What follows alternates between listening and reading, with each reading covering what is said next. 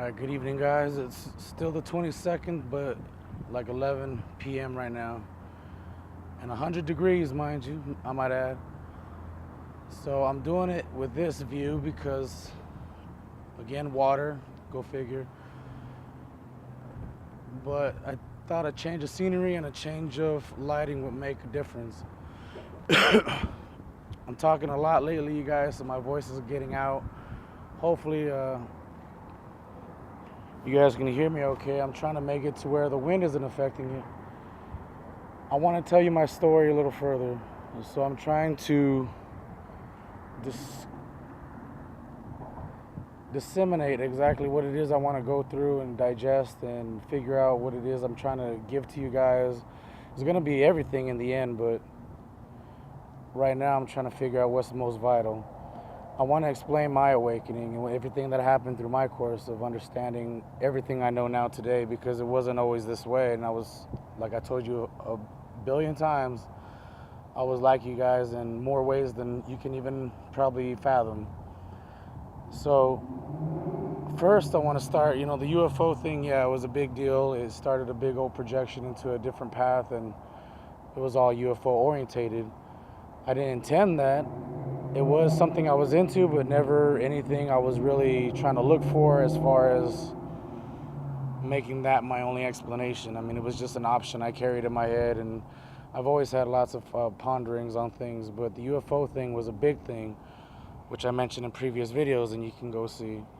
But after that point, when I started realizing signs were coming, I just went with it. And after I started going with it, that's when things started becoming a point. So some of the first stuff, like, let me put it to you this way. All right, so the UFO thing I explained, so that was vital, that was important.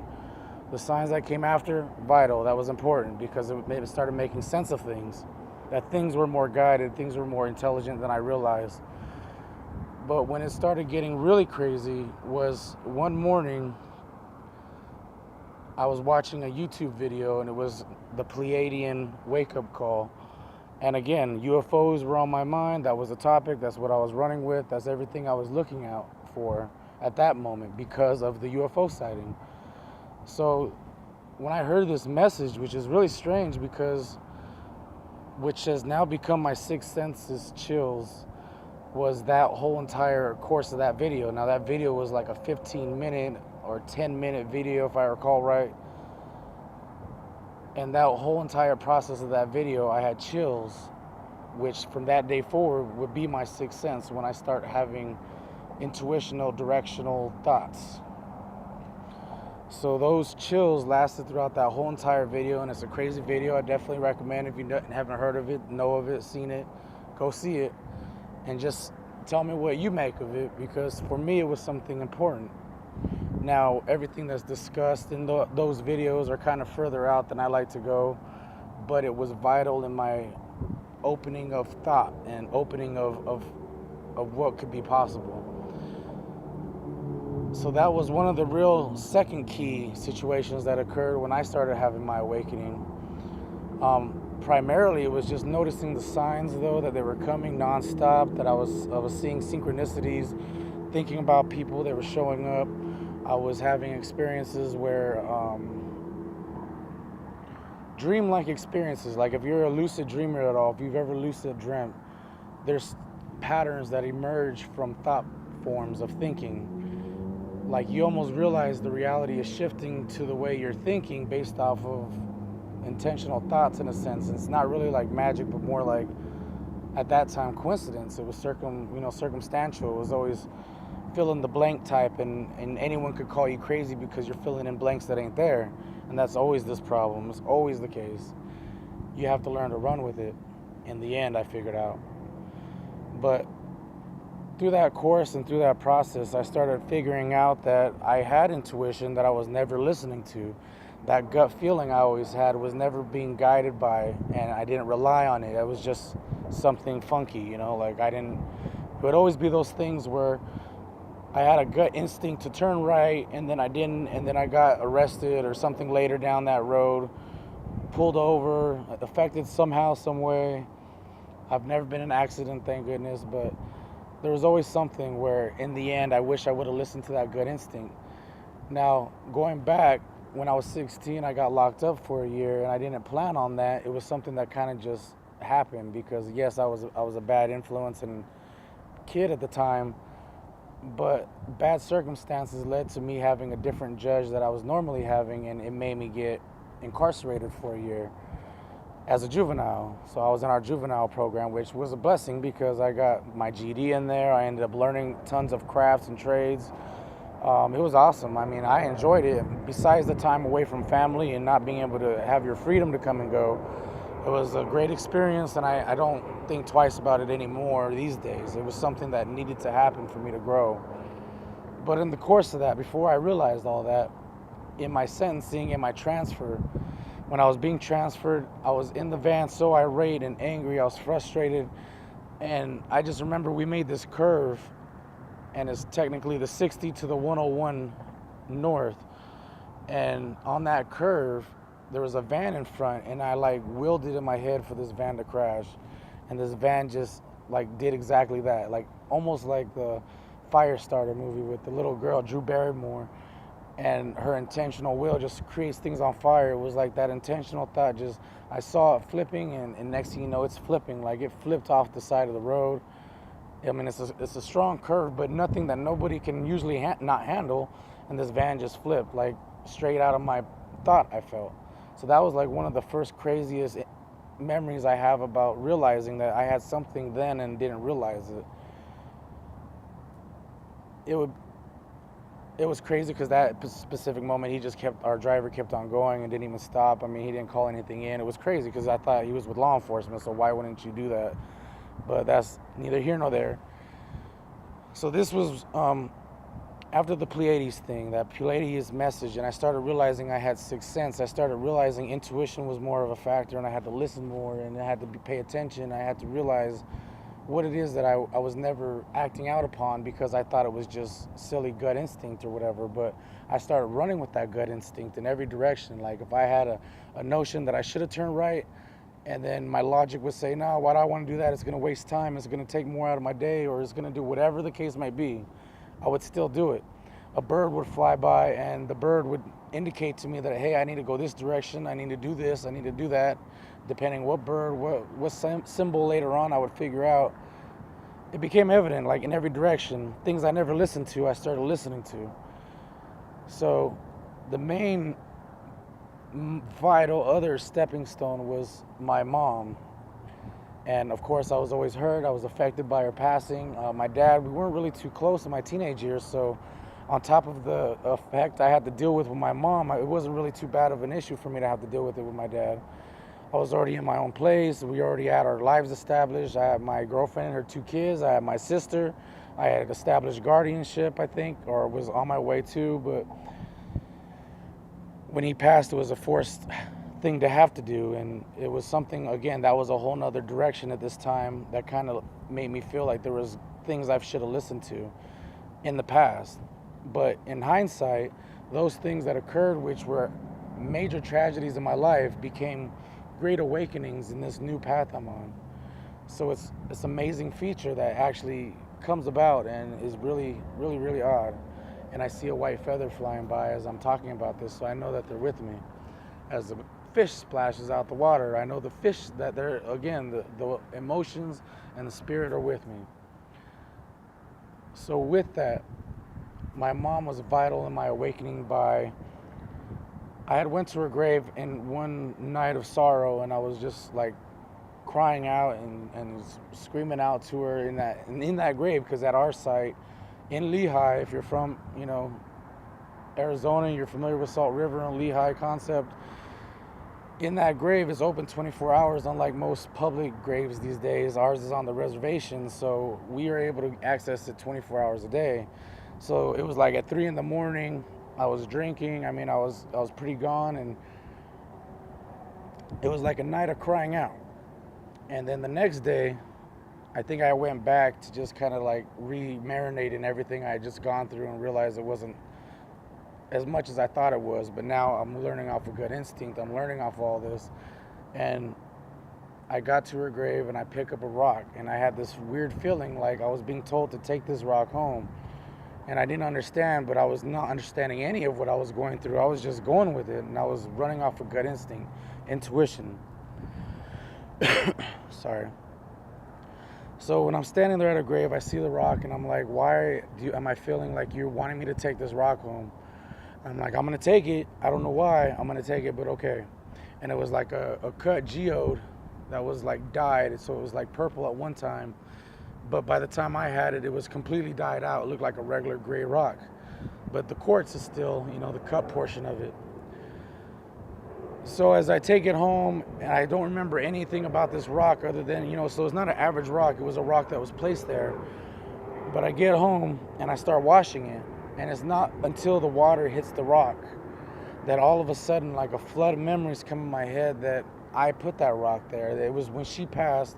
It was a knick-knack off of the entertainment center, and it was something that was purple, and her color's purple, which is what I'm wearing now. Again, because of this simple fact.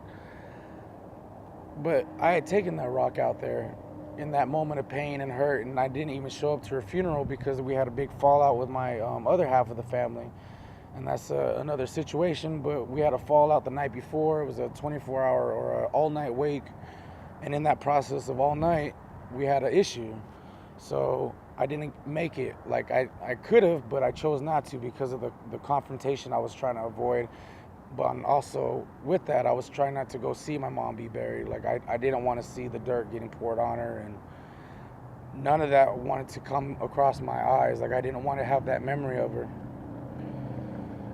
So it wasn't until the water hit this rock that it made me understand that I was the one that took it out there, and it was such a painful time. And I remember being hurt and crying and so confused about what life was going to bring. But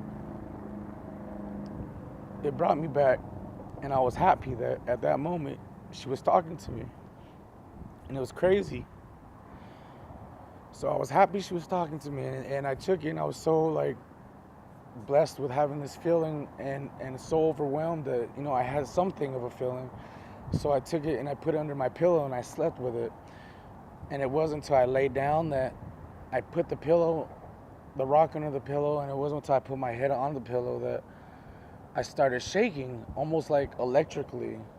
I started convulsing in a sense, my whole body, but even down to my toes, my feet, my legs, my arms, my head. Everything was trembling so rapid and so fast, and I lift my head up and it would stop. And call it belief or call it what you want, but it was just nuts, because anytime my head got placed on that pillow, it was ridiculous. It was crazy, the amount of energy that was coming off of that thing, and it was noticeable.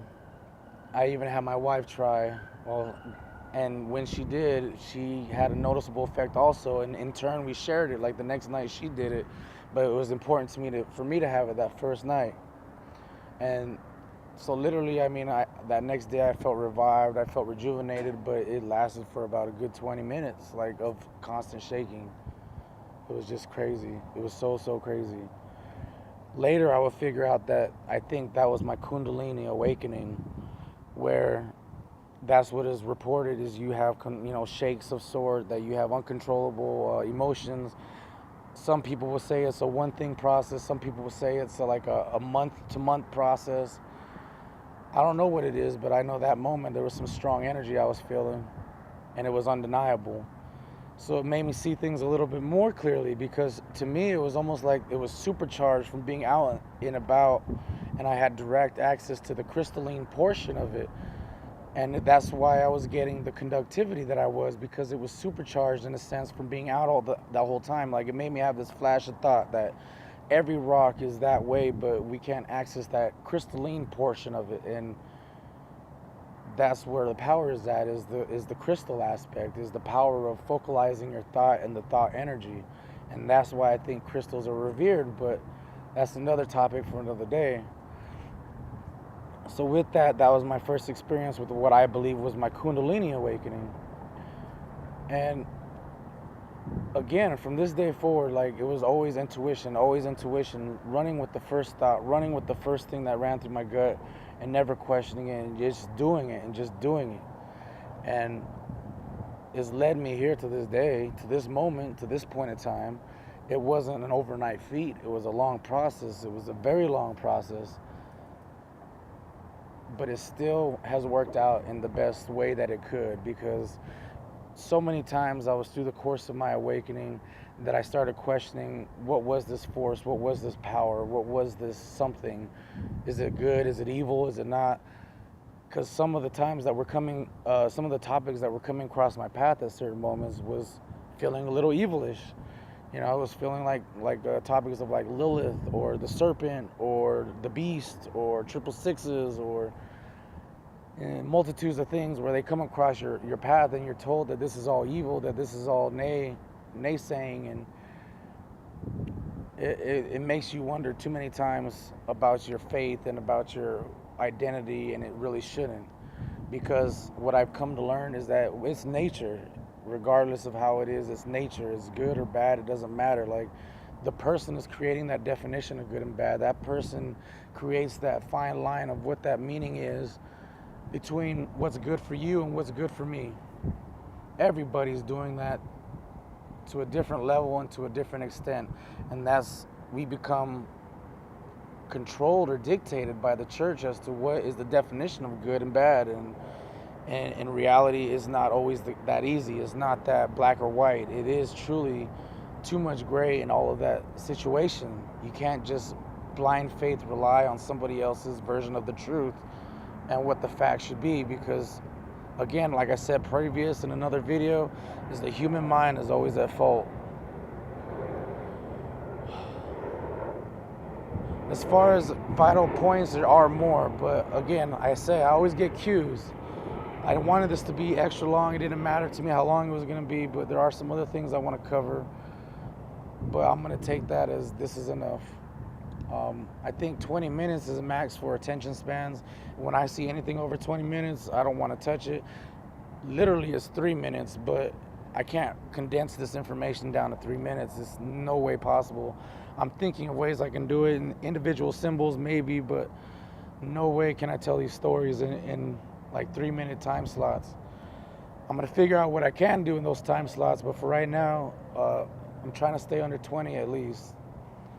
So know that for the future. Usually expect that 10, 15, 20 minutes. You guys, I'm showing you guys a big part of myself. I'm showing you guys like vulnerability like no other. That, you know what, like, I'm just done. I'm done with being restricted, and I'm ready to move forward in every which way. And if that means that I got to expose myself however I need to release things off of me, that's what I'm trying. So there's the train. You guys, good night. Be blessed. Till tomorrow. We'll see.